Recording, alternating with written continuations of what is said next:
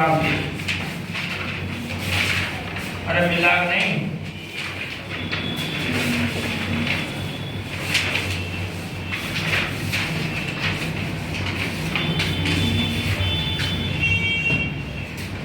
Case one विभाग की विवाद ही नहीं मिला।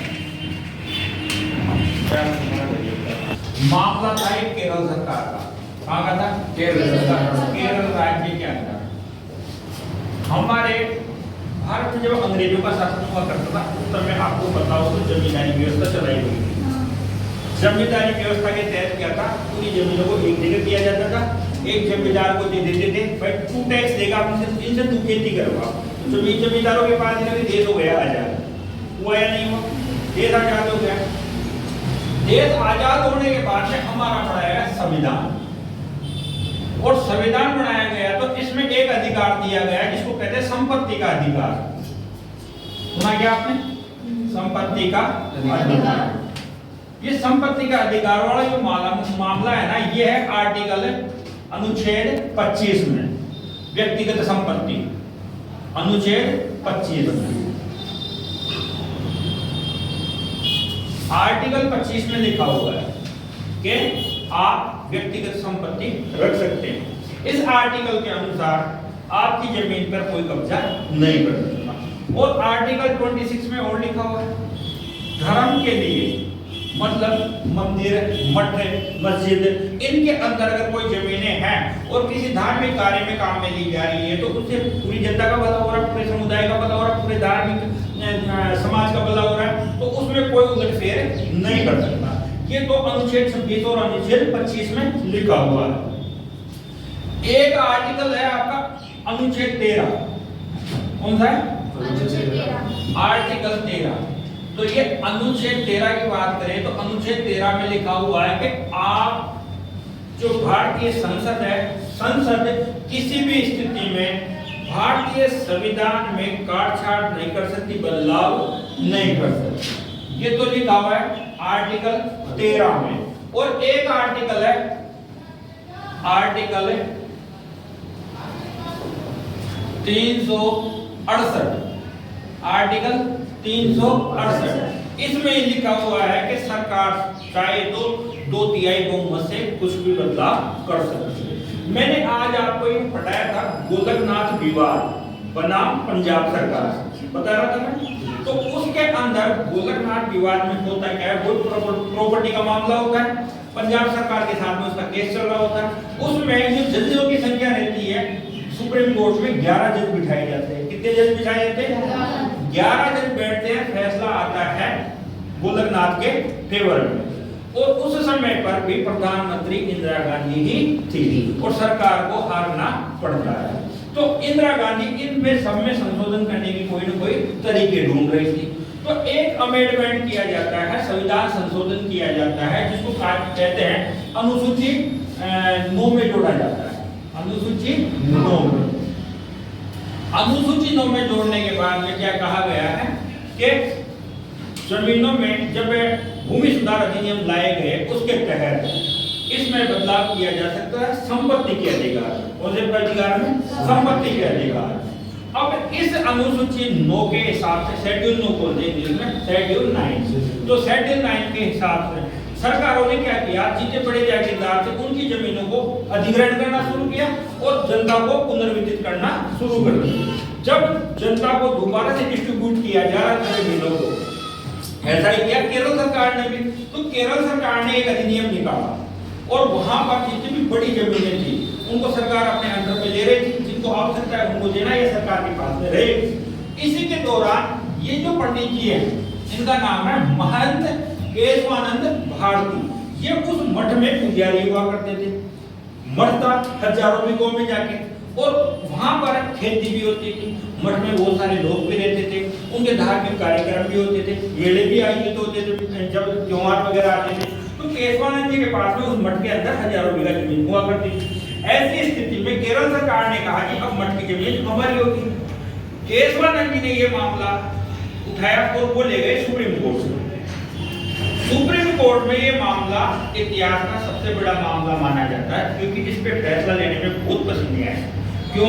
क्यों अब तक एक तो ऐसा संविधान नहीं आया था कि संविधान में ऐसा कोई नियम नहीं आया था कि आप किसी की संपत्ति को छीन सको, पहली बात। दूसरी बात, मैंने पहले आपको बता दिया, धर्म के आधार पर ये जनता का भला करने के इस मामले को लेकर गए आर्टिकल 26 के अनुसार, 25 के अनुसार नहीं ले गए। मैंने जनता का भला करने के लिए इस प्रॉपर्टी पर अपना आधिपत्य कर रखा है, इससे हमारे मंदिर का उजाला चल रहा है, इससे जन समुदाय का भला हो रहा है। तो ऐसी स्थिति में सोचने का विषय होगा सुप्रीम कोर्ट के लिए। भाई आदमी की अगर इंडिविजुअल खुद की व्यक्तिगत प्रॉपर्टी हो तो खुद का लालच या स्वार्थ देखा जा सकता है। तो यहाँ पर आर्टिकल 26 के तहत सरकार को सुप्रीम कोर्ट को सोचने के लिए मजबूर होना पड़ा। फैसला बहुत जल्दी नहीं दिया गया, इसमें समय लिया गया 68 दिन का। कितने दिन का? 68 दिन का। 68 दिन तक पहली सुनवाई चलती, रोजाना ही। जब सरकार किसी मामले को सोच लेती है भाई इसको निपटाना है तो तुरंत तारीखें पटकती है। अभी बाबरी मस्जिद का मामला था, तारीख पे जल्दी से फ्री कर दिया। इसी प्रकार अच्छा जज के बड़े मौजूद थे, अभी जैसे उसमें तो 11 थे गोलकनाथ विवाद में, तो और यहाँ पर जज बने 13। कितने बने? 13। अच्छा सब हमेशा ओड नंबर में क्यों होता है, विषम संख्या में क्यों आता है? क्योंकि साइड दोनों साइड बराबर। अगर मान लीजिए 12 या 14 होंगे, दोनों ने बराबर फैसला नहीं, फैसला कैसे होगा? इसलिए हमेशा जजों की संख्या रहती है 20। ओड में रहता है, इनका नंबर ओड ही होता है हमेशा, ये ध्यान रखिएगा। तो यहाँ पर जज बैठे 13 जजों ने मिलकर फैसला लिया। फैसला भी ऐसे नहीं लिया, दुनिया के कई संविधानों को पढ़ा गया और कई संविधानों को पढ़ने के बाद में फिर इसका सॉल्यूशन निकाला गया। हालांकि केस हार गए, केसवान विभाग सरकार, केरल सरकार इसमें जीत गई और उसका भी एक कारण ढूंढा गया। उसके बाद में सरकार ने कहा कि सरकार संविधान के मूल ढांचे में बदलाव नहीं कर सकती, बाकी सब चीजों में आप इंटरफेयर थोड़ा कम या ज्यादा कर सकते हो, जो लेकिन मूल ढांचा है, मतलब है जो भी जैसे समानता का अधिकार है, स्त्री पुरुष समान है, सभी समुदाय समान है, हमारा राष्ट्र एक धर्मनिरपेक्ष राष्ट्र है, पंथ निरपेक्ष राष्ट्र है। तो इस प्रकार से ये मूल ढांचा हो गया, इसमें बदलाव नहीं किया जा सकता। तो ये मूल ढांचे का पैटर्न कहां से ढूंढा? जर्मनी का संविधान पढ़ा गया और जर्मनी का संविधान पढ़ते पढ़ते पता चला कि हिंडनबर्ग जो पहले वाला चांसलर था हिटलर से पहले, वो तो मर गया हिंडनबर्ग तो, और उसके बाद में चांसलर बना हिटलर। और हिटलर ने क्या किया? लोकतंत्र को ही काट दिया, बोले democracy is and now my dictatorship on is on. उसने अपनी तानाशाही चला दी वहां पर। तो इस प्रकार से हो सकता है मोदी जी भी ऐसे करते, हो सकता है इंदिरा भी ऐसे करते, कोई भी ऐसे कर सकता है। इसलिए इस फैसले के अंदर ये फैसला सुनाया गया इस दिन कि कोई भी संसद किसी भी बहुमत के आधार पर संविधान के मूल ढांचे में बदलाव नहीं कर सकती है, चाहे किसी भी स्थिति में हो। लोकतंत्र है तो लोकतंत्र ही रहेगा ना। तो ये फैसला सुनाया गया था केशवानंद भारती के मामले में।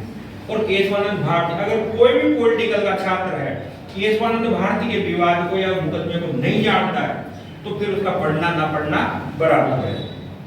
और भारतीय पॉलिटिक्स को समझना भी चाहिए यार। ये साइंस वाले इतने 11-12 में बीएससी वगैरह में ये पढ़ते हैं ना, इनको बेचारों को पॉलिटिकल छोड़ो हिस्ट्री कुछ ही नहीं आती। अब ये सारे दिन हो सकता है समीकरण पढ़ते होंगे या और कुछ पढ़ रहे हैं, उनकी फिजिक्स केमिस्ट्री जो भी पढ़ते हैं, पर एक बेसिक नॉलेज भी पढ़े लिखे आदमी को तो होनी चाहिए ना।